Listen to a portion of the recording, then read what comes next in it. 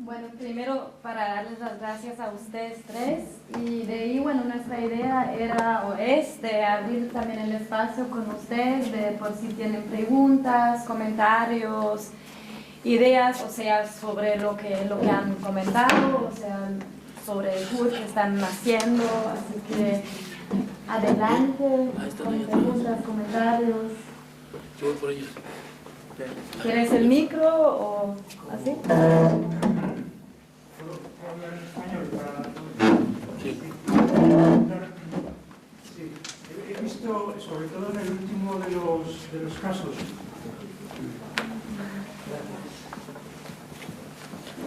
sobre todo en el caso de Honduras, sí, he visto en el caso de Honduras, me ha parecido ver que una de las empresas que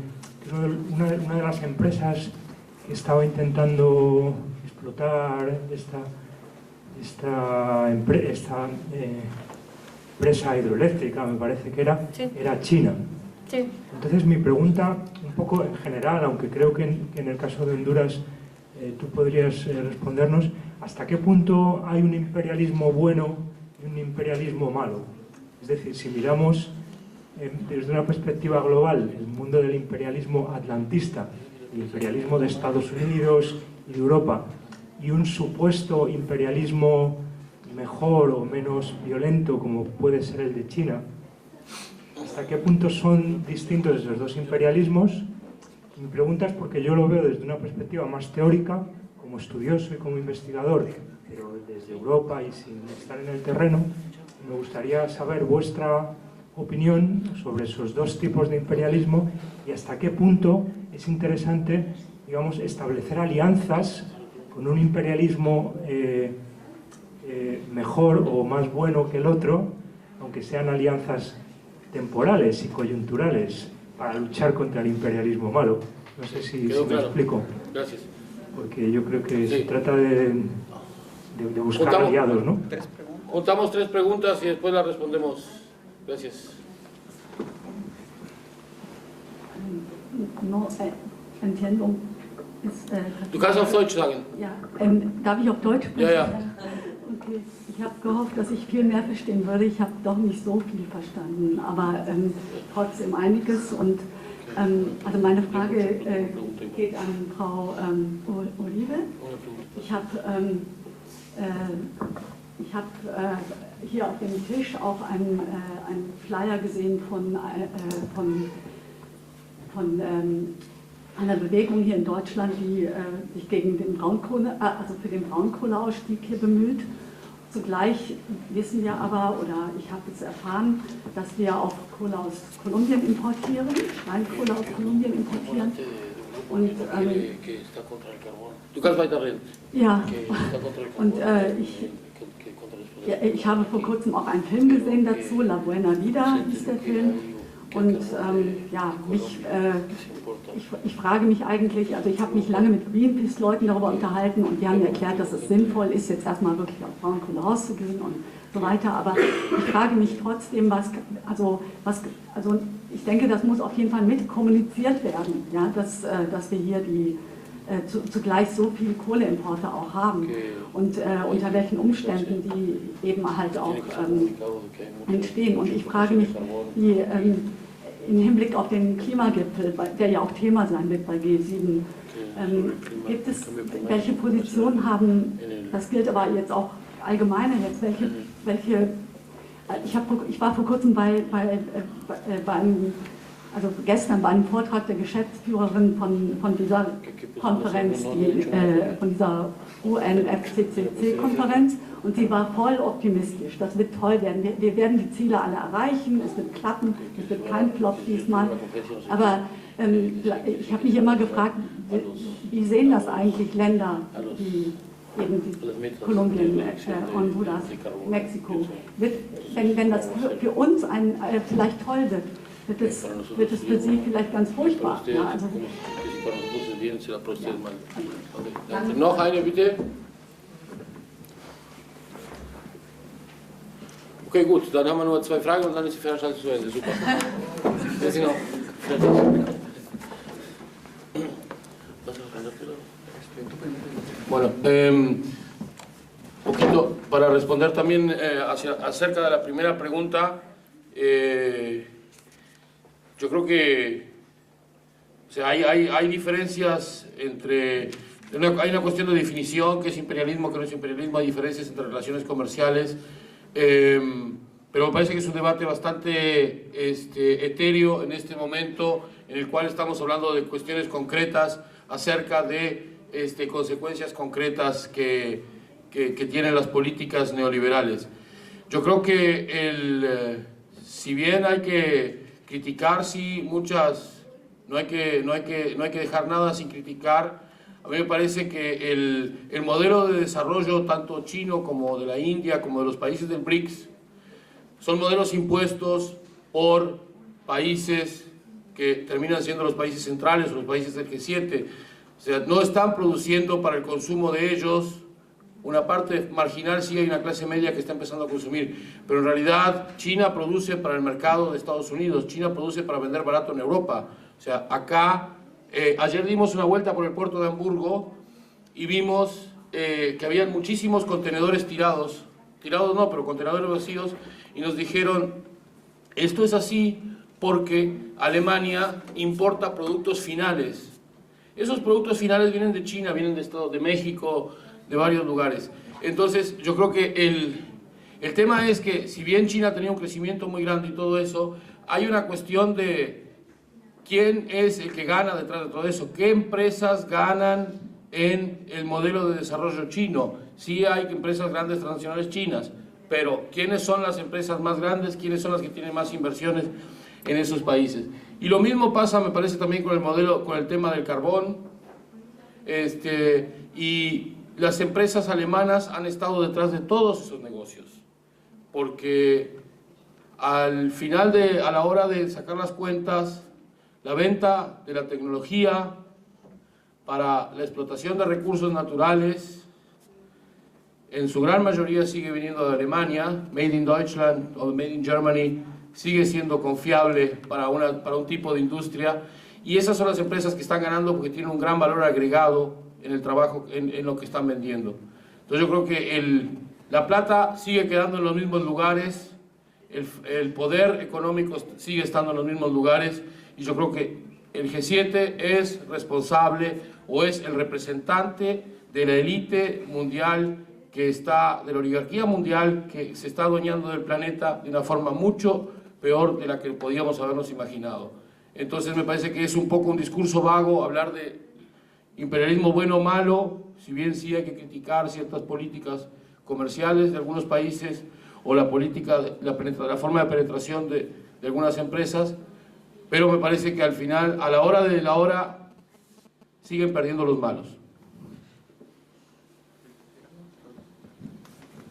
Bueno, yo también sobre esa primera pregunta, creo que aquí hay que ubicar que por lo menos los que estamos aquí sentados en la mesa venimos de un cierto tipo de países en los que el debate sobre los imperialismos o las alianzas con China, Rusia, etcétera, tiene otro contexto del que ahorita es la pasión de la academia, ¿no? Sobre Bolivia, sobre Venezuela, Ecuador, ¿no? Que hoy, no sé, hay grandes debates sobre el neocolonialismo, decolonialismo, etcétera, etcétera, pero mientras están muy preocupados sobre eso, no han visto que por lo menos en una gran parte de América Latina se sigue dominando un imperialismo que sea como sea siempre va a ser malo, ¿no? Yo no sé si Berta tenga una respuesta, pero no sé si ahí con los lencas se les explica que China tal vez no es tan malo, acepten la empresa china, digan, es así, pero la alemana no. Yo creo que, o sea, aquí el punto fundamental es que no que devasten tu territorio, no importa quién sea. El tema de las alianzas ya a niveles de países es otro reto que en el caso de Honduras no se pudo dar, ¿no? O sea, quizá estarían en ese debate si hubieran dejado que Mel Zelaya siguiera en la presidencia, pero le dieron un golpe de Estado. Nosotros tenemos mucha distancia de López Obrador, pero tal vez tendríamos más y estaríamos peleándonos con él si hubiera llegado a la presidencia, ¿no? si el proceso de guerra en Colombia hubiera llevado a que el ELN, las FARC u otra coalición, el Polo, no sé, llevara al gobierno, podrían ser otro tipo los debates, ¿no? Pero en gran parte lo que ocurre en México, Honduras y en Colombia, que son países muy importantes, uno al norte pegado a Estados Unidos, otro la parte que articula todo Centroamérica, ¿no? Es el principal país, el más grande de todo Centroamérica, Honduras, y el otro que es el vínculo, la puerta con toda la parte del cono sur, que es Colombia, son los países que no dejan mover nada, ¿no? Nada, ni un poquito de sus gobiernos, ¿no? Y que por eso, o sea, resultó... No es casual que el modelo colombiano, que es en el lugar en el que más operaron una política de militarización y de control, sea la que utilizan como ensayo para aplicar con Uribe en Honduras o con ¿cómo se llama? Acosta Naranjo en México, ¿no? O sea, Oscar Naranjo en México, ¿no? Entonces, o sea, la dinámica de nuestros países es que, si bien quizá el que aparece como beneficiario principal es el imperialismo norteamericano, son todos los países, ¿no? Y es principalmente el G7, ¿no? Es el G7, y en el que ahí habrá que discutir qué rol juega China como todavía una cosa subordinada a este gran G7. Yo nada más diría, en el caso mexicano, algo que fue muy vigente a inicios del año pasado, es un estallido de luchas comunitarias en Michoacán, que le llamaron autodefensas, y que entonces fue muy cubierto por los medios. Algo que nunca se vio es que ahí lo que estaba en pugna era hacia dónde iba la mayor cantidad de acero, ¿no? Si era hacia Estados Unidos o hacia China, porque el grueso de las exportaciones de acero empezó a invertirse, y en lugar de ser Estados Unidos el primer receptor, fue China. Y lo que ocurrió ahí es que primero fue el narco a quienes armaron para poder robar a las comunidades, y después se armó a los grupos de autodefensas de parte de la Policía Federal. Ellos armaron a los grupos de autodefensas.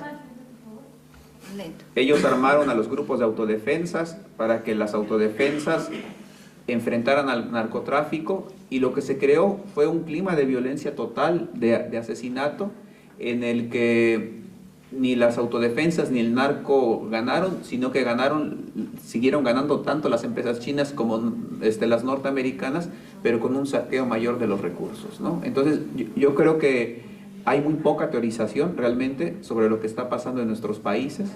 Son invisibilizados luego por los debates de Bolivia, Ecuador, etcétera, y no se están dando cuenta que incluso el debate en esos otros países podría ser otro si se denunciara, si hubiera acciones de denuncia, de movilización más, que nos dieran oxígeno a lo que estamos viviendo nosotros, ¿no?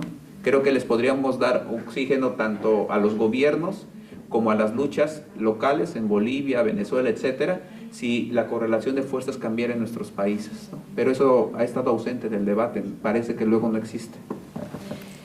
Bueno, yo para mencionar un poco la pregunta que hacía la compañera sobre el tema del carbón, hay una discusión, bueno, primero es la forma a través de la cual, no solamente en Colombia, en términos generales en América y en África, se implementan los megaproyectos, o sea, cómo llegan a extraer los recursos naturales de los territorios. Y generalmente está asociado con formas de corrupción, las más leves, o sea, ese de pronto es el fenómeno menos dramático, de autoridades, cómo se flexibilizan las legislaciones, cómo se acomoda todo para que estas grandes empresas puedan desarrollar sus megaproyectos en nuestros territorios. Y después viene todo el efecto destructor, todo el efecto dañino, nocivo para el medio ambiente. Entonces ahí es donde nos encontramos con la gran contradicción, porque ni siquiera, o sea, por ejemplo, analizando proyectos que han impactado de tiempo atrás y los que están impactando ahora negativamente, O sea, no somos capaces de recuperar el medio ambiente, o sea, no tendríamos la capacidad ni financiera, económica, ni técnica para recuperar el medio ambiente después del saqueo en el que dejan nuestros territorios. Y sin embargo, todos van, nuestro presidente Santos en una de las cumbres recientes sobre el cambio climático prometió desarrollar las locomotoras minero-energéticas respetando el medio ambiente. Eso es imposible. O sea, es realmente, si no se logra dimensionar los cálculos, o sea, no los tienen calculados lo que tendrían que pagar por recuperar el territorio, y sin embargo nos saquean todos los recursos naturales. Entonces ahí evidentemente hay una gran contradicción que no las logran resolver tampoco nuestros gobernantes, y pareciera que realmente tampoco les importa, porque el negocio es realmente muy fuerte.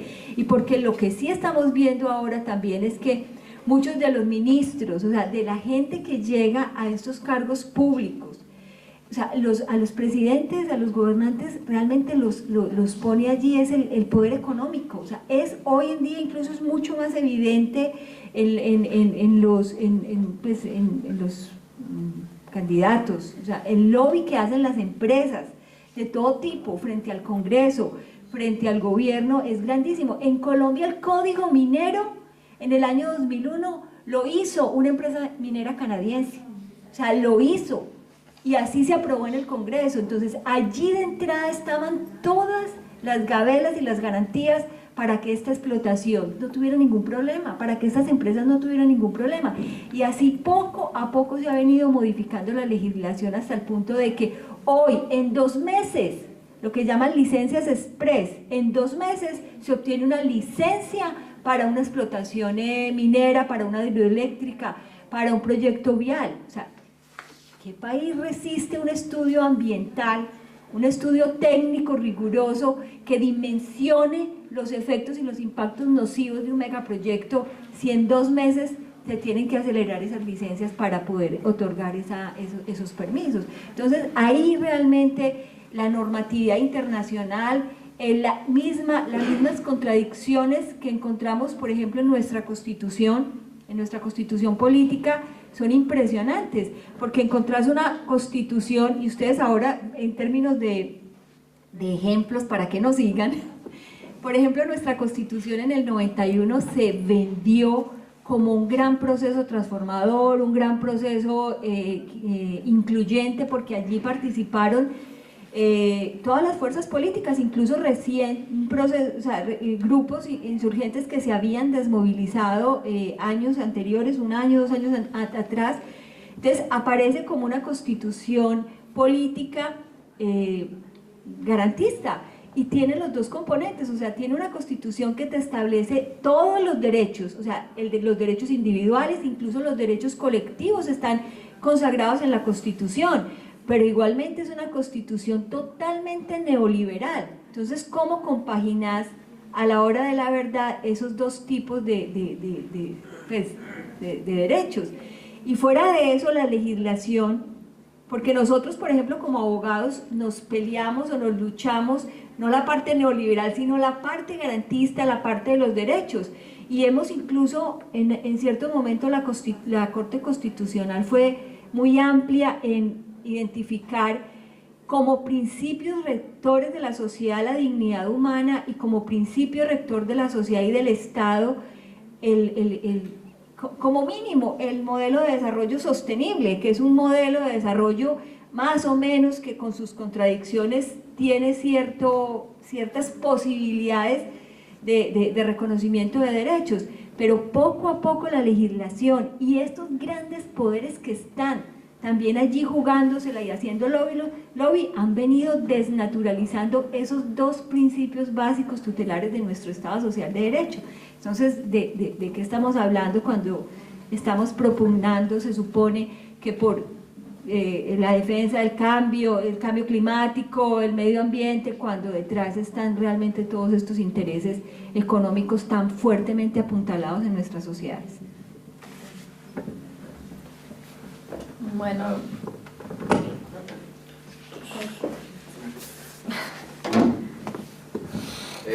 No sé, también me parece como importante recalcar, bueno, desde un punto de vista muy personal, que el discutir eso de las cuestiones de un imperialismo bueno o malo solamente tienen espacio en lugares cómodos, en lugares en donde podemos sentarnos a escribir y a pensar en qué escribir de eso, pero en esos lugares de donde provienen los compañeros, o bueno, si hablo de manera muy personal, en Chiapas, México, no hay comodidad para poder discutir si los imperialistas son muy malos o a veces pueden ser muy amables, pueden ser buenos. Sencillamente es pensar en el día a día y en el resistir los ataques, porque sí son ataques tan fuertes a los territorios de donde provenimos, de donde hemos vivido la mayor parte de nuestras vidas. No quiero sonar como que me he enojado, no, sino más bien que me parece muy importante recalcar una posición un poco personal, pero que también he percibido del mundo del que provengo. Entonces, nada más recalcar que desde mi punto de vista personal, pero también viendo lo que creo que piensa la gente que conozco en Chiapas, México, es que no hay ningún tipo de imperialismo bueno o amigable, o del porqué, o de un tipo de imperialismo al que hay que quizás hacer algunos acuerdos, ¿no? Sino más bien llevar un proceso de diálogo, sí, pero no pensar en acordar en cómo hacer acuerdos financieros, comerciales, no sé. Pero me parece desde el procedimiento de gente que se mueve en movimientos sociales, ya no se piensa en que haya un imperialismo amable, y que no es un imperialismo solamente de un país, sino es un imperialismo mundial ahora. Atacan desde todos lados, por ejemplo en Chiapas. Carola.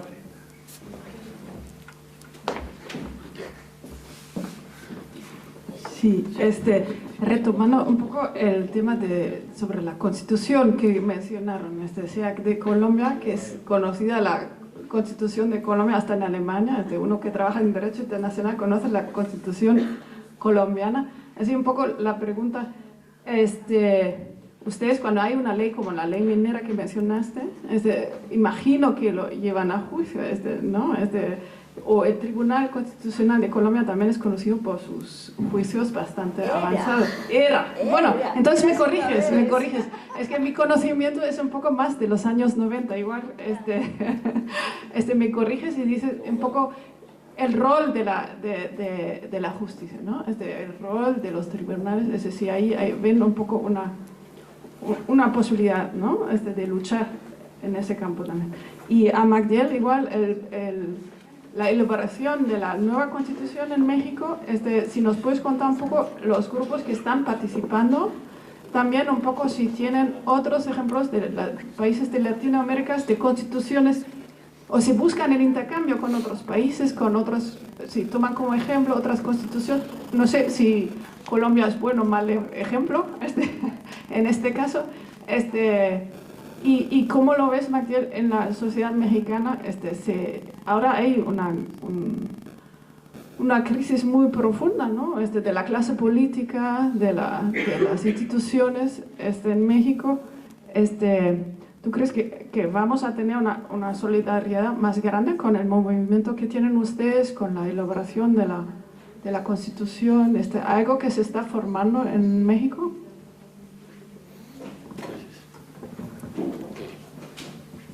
¿Damos otra o vamos con estas primeras? No, ya era la última ronda de preguntas. 9:30 me dijeron que se terminaba. Última palabra. Bueno. Última oportunidad. Hay una pregunta, un comentario también. No hay. Oh. Bueno, o sea, realmente la Constitución de Colombia, la del 91, se vendió como muy garantista y realmente tiene muchos artículos. Pues lo primero es que consagra derechos fundamentales y derechos colectivos, o sea, y eso es un gran un salto porque identifica un modelo de Estado basado en el Estado social y de derecho. Entonces, cuando te introducen esos preceptos, cuando te introducen de pronto esa línea, te está permitiendo exigirlos también de manera más, pues, al menos con un soporte constitucional, que eso es importante. Y de otro lado también tuvimos, diría yo, la ventaja de unos periodos importantes de la Corte Constitucional que fue estructurando poco a poco ese sentido de lo que era el Estado Social de Derecho y ese sentido y ese alcance de lo que eran los derechos individuales, los derechos civiles y políticos y los derechos colectivos, y hay sentencias muy importantes, y uno realmente tendría que reconocer que, por ejemplo, el derecho a la salud le permitió, a través de la acción de tutela, que es un mecanismo jurídico muy rápido, que a la gente se lo garantizaran. ¿Y qué vino después? Una ley, una reforma constitucional que te habló del principio de sostenibilidad fiscal, el que la Corte lo avaló. Después la Corte Constitucional lo avaló, y es más o menos decir que, pues sí, muchas tutelas y eso, pero no hay plata. Y tenemos que garantizar la sostenibilidad del Estado y no necesariamente garantizar el derecho a la salud. Y así, por esa vía también, ese gran alcance que se le dio a muchos derechos en la Corte Constitucional han venido teniendo ya menos alcance, y es porque lo que logró, por ejemplo, la reelección presidencial en el periodo pues donde se empezó a implementar, fue que también eso que llaman el equilibrio de poderes, que más o menos se intentaba o la Constitución había planteado que se garantizaría, aunque también es una falacia, porque el equilibrio de poderes es permitir que los distintos partidos políticos tengan representación en las distintas esferas de los órganos políticos y de los órganos jurídicos. Pero los grandes partidos en Colombia son ramificaciones del Partido Liberal y Conservador. Entonces, que ya se llaman de otras formas, no necesariamente, pero terminan siendo los partidos tradicionales los que están allí. Pero logramos encontrar algunos magistrados muy progresistas que le dieron ese alcance a estos derechos que estaban consagrados en la Constitución.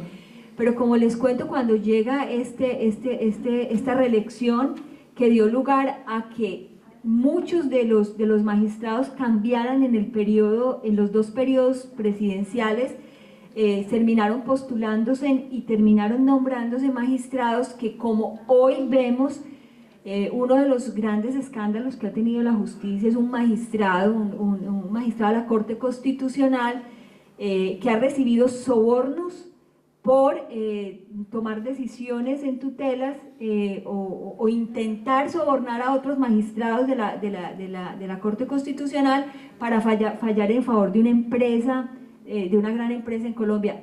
El fallo no fue favorable a la empresa, pero se logró destapar que este magistrado había intentado sobornar a varios magistrados, y hoy es uno de los magistrados que está siendo investigado penalmente por apropiación de tierras en el Urabá antioqueño que fueron despojadas por los paramilitares y que posteriormente fueron adquiridas ya en varios procesos posteriores de venta por la familia de este magistrado de la Corte Constitucional. Entonces, hoy yo por ejemplo, hoy realmente, frente a muchas decisiones que tiene que tomar la Corte Constitucional, por ejemplo, frente al fuero penal militar, que es una pelea jurídica que se está dando muy fuerte en Colombia, porque es un fortalecimiento a la justicia, que la justicia militar, la jurisdicción militar investigue graves violaciones de los derechos humanos como los falsos positivos o las ejecuciones extrajudiciales, que tienen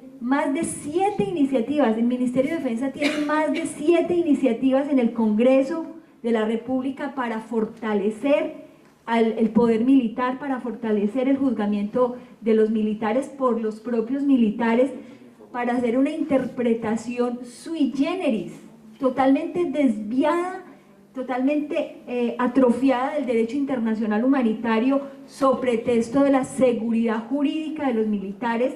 Y hoy yo siento mucho miedo en que después incluso de que hagamos acciones jurídicas para demandar la inconstitucionalidad de esas normas, esta Corte Constitucional las pueda avalar en contra incluso de la misma Constitución y de tratados internacionales. O sea, hoy en día ese ambiente tan positivo que tenía la Corte Constitucional, hoy lo vemos realmente muy debilitado. Bien, sobre las preguntas en México de la Constituyente, ¿quiénes lo componen? Hay una parte muy amplia de organizaciones sociales, un grueso de las que han participado en los últimos años en la resistencia contra todos los proyectos del gobierno, ¿no? Esa es una de las bases fundamentales. El sindicato de electricistas, una parte de la disidencia de los maestros, que es muy grande en México, que es quizá el principal componente del movimiento social, comunidades indígenas, campesinas, etcétera. Hay un elemento muy interesante que se está revitalizando, que son las comunidades eclesiales de base de la iglesia, mucho porque uno de los principales impulsores de la iniciativa es un obispo católico, el obispo de Saltillo, que antes estaba en Chiapas, Raúl Vera López. Hay algunos grupos de intelectuales, académicos, investigadores, y algo muy interesante es que empezaron a acercarse y ya están participando empresarios, pequeños y medianos empresarios de distintos lugares, que eso es un elemento inédito en las luchas que participen. Hay una empresaria de Monterrey que se llama Cristina Garza Salinas, Esperanzada Salinas. Ella es de una de las familias de la oligarquía de allá, y además es la prima de uno de los dueños de una de las principales cadenas televisoras. Ella está participando en la Constituyente, y ella decía que, nos contó una anécdota, ¿no? Dice, para nosotros los ricos hacer dinero es como un juego, es nada más agregarle ceros a una cifra, y es divertido, ¿no? Nos gusta mucho, pero yo creo que ya nos pasamos de la mano, ¿no?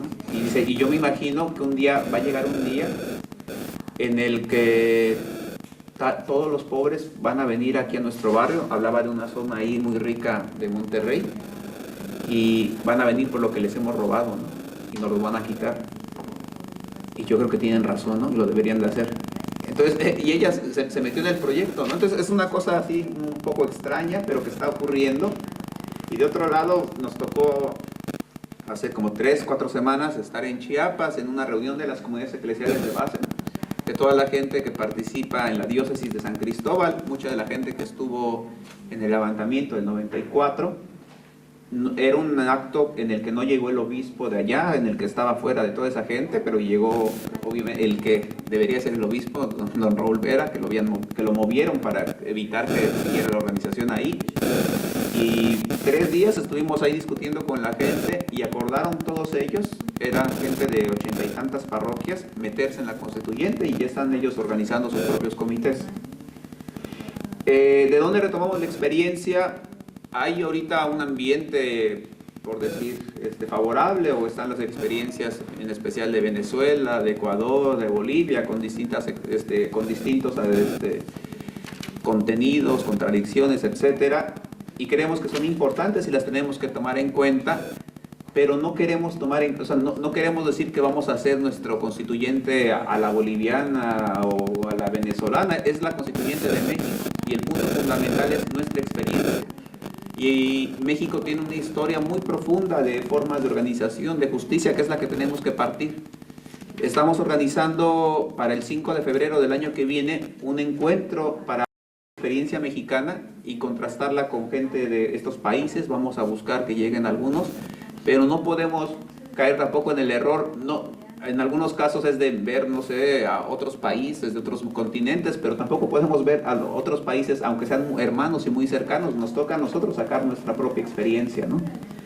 Y ahí, ¿qué tanto? Bueno, y ahí lo que hemos estado hasta ahorita pensando es socializar la iniciativa, socializar mucho la propuesta, hablar del desmantelamiento de nuestro país y empezar a recabar el conjunto de propuestas que ya hay desde la gente, porque no partimos de cero. Estamos organizando algo que se llaman conversatorios temáticos para este año. Vamos a hacer por lo menos unos 9 con lo que podrían ser sectores. No queremos meternos en la lógica de sectorizar algo que debe de tener una dimensión más amplia, pero ya hay un aporte de todas las defensoras y defensores de derechos humanos, de defensores y defensoras de mujeres, estudiantes, jóvenes, etcétera, y que tienen ya aportes. Ahorita estamos en recuperación de aportes. El tribunal también nos dio indicaciones y hay varios preceptos del derecho internacional muy importantes que tenemos que rescatar, que van a ser ahorita lo que vamos a empezar a organizar. El articulado, ya la parte del orden dogmático de la Constitución. El orden dogmático de la Constitución nos va a tocar resolverlo en otro momento, ¿no? Pero primero lo que necesitamos es tener una fuerza que empiece, que además que es la base para que podamos llevar a cabo esto, ¿no? Si nos equivocamos, luego reescribimos la Constitución, pero lo que no podemos equivocarnos es con la gente. Y hoy en México hay una inconformidad social muy grande. Y necesitamos de una alternativa de este tipo. Ojalá que sea esta que estamos empujando, pero si no, deberá haber otra de este tipo, porque estamos en un punto en el que la desesperación es tan grande que la gente puede llegar a acciones desesperadas sin ningún tipo de propuesta. Y esto lo único que va a hacer es llevarnos a un baño de sangre como peor que el que tenemos. Entonces, una propuesta, ahorita nosotros decimos es la constituyente, pero puede ser otra, necesita hacerse ahorita, porque si no sale algo así, nuestro país va a quedar completamente destruido, ¿no? O sea, lo de Ayotzinapa no es una muestra de lo peor que puede hacer el gobierno, sino más bien es el comienzo de una nueva fase de violencia que vamos a tener. Y es tan grave que hasta ahora nosotros no hemos sido capaces, no los padres de familia ni los estudiantes que han hecho una labor enorme, sino la población en general, el que no hayamos sido capaces de encarcelar a una sola persona por ese crimen, el que no haya castigo a estas personas. Yo no sé detalles, apenas me llegó la noticia, hoy la Policía Federal detuvo a 3 padres de los normalistas hace 2 horas, no sé por qué, pero, o sea, es fácil que detengan a los padres de los normalistas, pero que no detengan a ninguno de los asesinos, ¿no?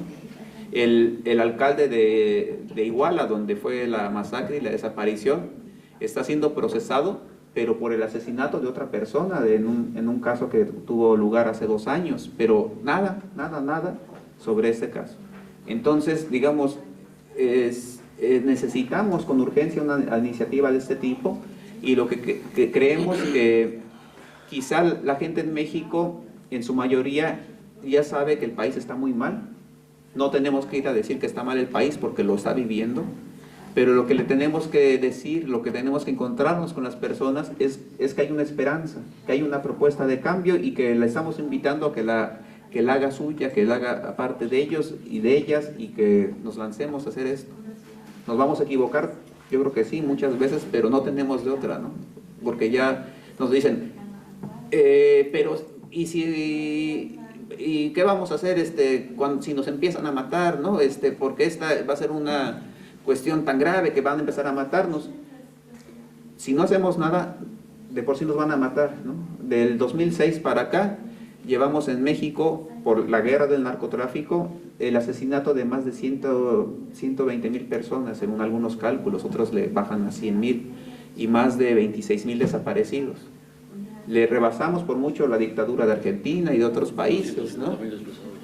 250,000 desplazados, unos dicen otros 500,000 desplazados, ¿no? O sea, tenemos unas cifras ya de guerra en las que, digamos, ya tenemos a los muertos, ¿no? Pero no tenemos una alternativa que construir, y esta es un aporte que esperamos pueda realizarse. Muchas gracias, Magdiel. Nada más una cosita para pasar a la última ronda de intervención de los compañeros. Esta caravana tiene, este tour de movilización que hemos empezado es también por la libertad de movimiento, y un componente de los eventos que hemos venido realizando también es acerca de la situación de la migración. Y creo que ha salido muy bien las veces que lo hemos hecho juntos, porque estas situaciones que los compañeros que el compañero y las compañeras describen de sus países son las mismas situaciones que hacen que miles de personas en sus países intenten llegar a Estados Unidos, pero también africanos y africanas intenten pasar el Mediterráneo para llegar a Europa. Y los que logran sobrevivir a esa masacre que es el Mediterráneo hoy en día, llegan acá y se encuentran con el racismo, con el rechazo, con la negación de sus derechos. Los refugiados y refugiadas hoy en Europa no son humanos. Y entonces, nada más para decirles que junto con nosotros en otras ciudades están 4 compañeros. Está Suat y Mohamed, que son padres de desaparecidos en la travesía por llegar a Europa, que vienen de Túnez. Está Touré, que es un sobreviviente al cruzar el Mediterráneo, que está aquí junto con la coalición de las personas sin papeles y por la libertad de movimiento en Europa, luchando porque se le reconozcan sus derechos.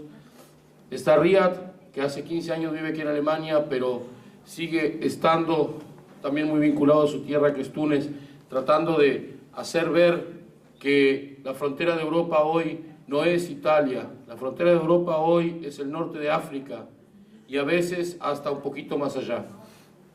Entonces queríamos decir que esta situación de una política que nos han impuesto a lo largo de muchos años de dominación, de opresión, hace que a la gente no le quede otra forma que salir casi a la muerte segura, y cuando llegan acá se les niega seguir viviendo.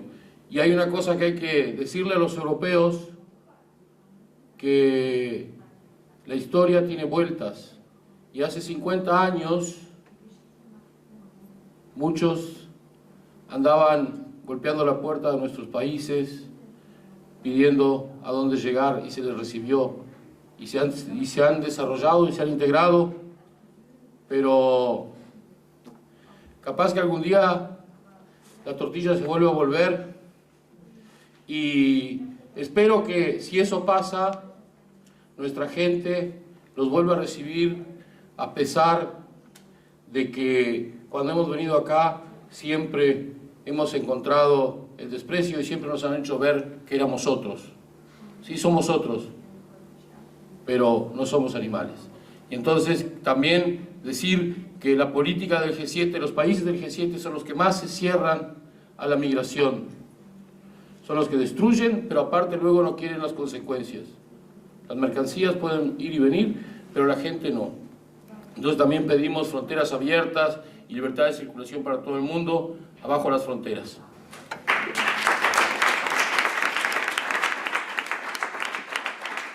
Para terminar, quería pedirle a las compañeras y al compañero que por favor, la idea de esta gira también es hacer la cuestión del internacionalismo como alternativa como alternativa a la globalización neoliberal, entonces, y al libre comercio. Así que, por favor, una última expresión acerca de qué valor tiene la solidaridad internacional para las luchas que están emprendiendo y que han emprendido. Bueno, nosotros al compartir todas estas experiencias nos hemos encontrado con distintas reacciones, y la verdad el mensaje que traemos también es un mensaje esperanzador, porque nosotros en medio de tantas dificultades, de tanta violencia, de tanta impunidad, que forma parte, que son síntomas, realidad, de una sola cosa, pues hacemos la lucha, y en medio de todo esto tenemos alegrías, tenemos también satisfacciones de lograr, del compartir, de librar la lucha, que es en realidad lo que nos dignifica. Pues también queremos expresar y decirles y hacerles sentir que las luchas se pueden hacer desde todos los espacios y que bueno, eso pasa por entender también los procesos desde sus contextos, desde sus visiones y entender la complejidad de la realidad, entender que también la dominación nos atraviesa a todas y todos, de que este es un sistema que siempre lo digo, es el sistema, el que llamamos en Latinoamérica el sistema de dominación múltiple, que no solo es el sistema capitalista, es un sistema que funciona a través de la cultura, de los medios que amplifican un pensamiento hegemónico, es un sistema que se articula con el patriarcado, que se articula con el racismo y que no es una coincidencia que los países que tenemos todas estas riquezas seamos los países más empobrecidos. Eso no es una coincidencia, no es que nuestros pueblos sean, como siempre se pinta, como haraganes o vagos o que no les gusta trabajar, no es así. Esto tiene una explicación y pues les invitamos también a sumarse a esa lucha, como ya lo han hecho también otras personas. Les invitamos a cruzar con los corazones todas esas fronteras que se nos han impuesto y pues a luchar también pensando en la integralidad en la que funciona el sistema, resistiendo integralmente y cuestionándonos también un poco todo este tema de las leyes que a veces imponen y que pues, muchas veces no sirven para nada o que amparan también las explotaciones, como yo ya les contaba, que estas pueden ser como una herramienta para realizar las luchas, pero que la solidaridad que estamos proponiendo también pasa por fortalecer las luchas comunitarias, sociales y porque, como dicen en Colombia, la paz no se puede construir sin la justicia social.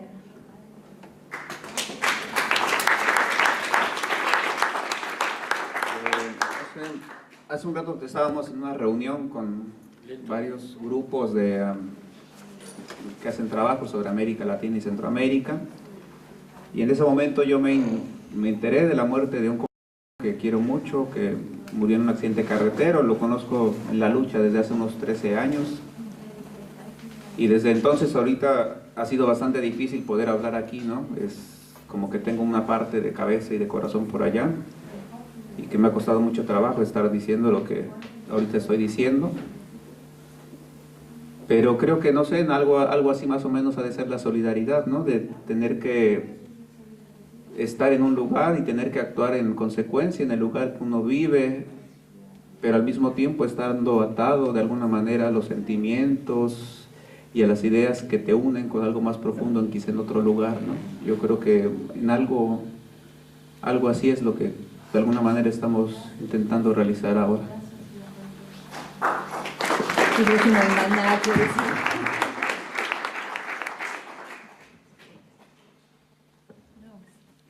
Realmente conmovedor ese testimonio, y yo solo agregaría, y es que nosotros, por ejemplo, en Colombia hemos conocido múltiples expresiones de solidaridad y de acompañamiento de muchos de ustedes, incluso muchos de los que están aquí, desde distintas formas, desde el que se va para la tierra, el que se nos acompaña en las comunidades, del que se enfrenta a los militares, del que le quita a los paramilitares las personas para que no las desaparezcan o las matan, los que se ponen la camiseta nuestra en el territorio, pero también aquí, lo que decía Magdiel, o sea, ustedes aquí también tienen un gran poder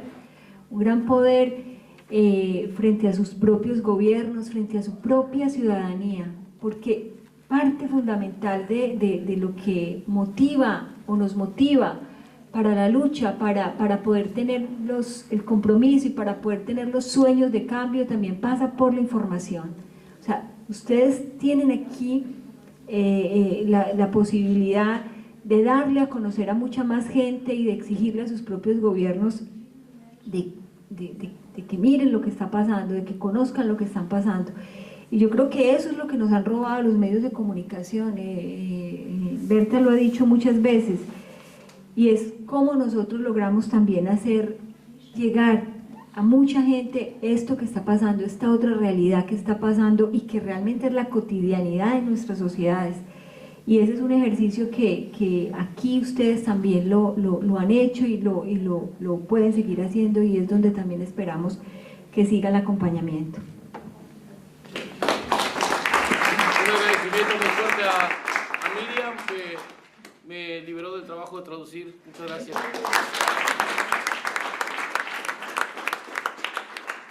Y seguro lo hizo mejor que lo hubiera hecho yo. Bueno, entonces tal vez, no sé, yo tal vez en representación de todos ustedes, bueno, diciendo gracias a ustedes, deseándoles un buen recorrido que les queda todavía, mucho ánimo para las luchas y que, bueno, ojalá que nos encontramos en otros momentos, tal vez otras circunstancias y esto. Y no olviden la mesa informativa que hay acá. ¡Ay, las postales! Para cuando vamos a presentar la película. Muchas gracias. Gracias.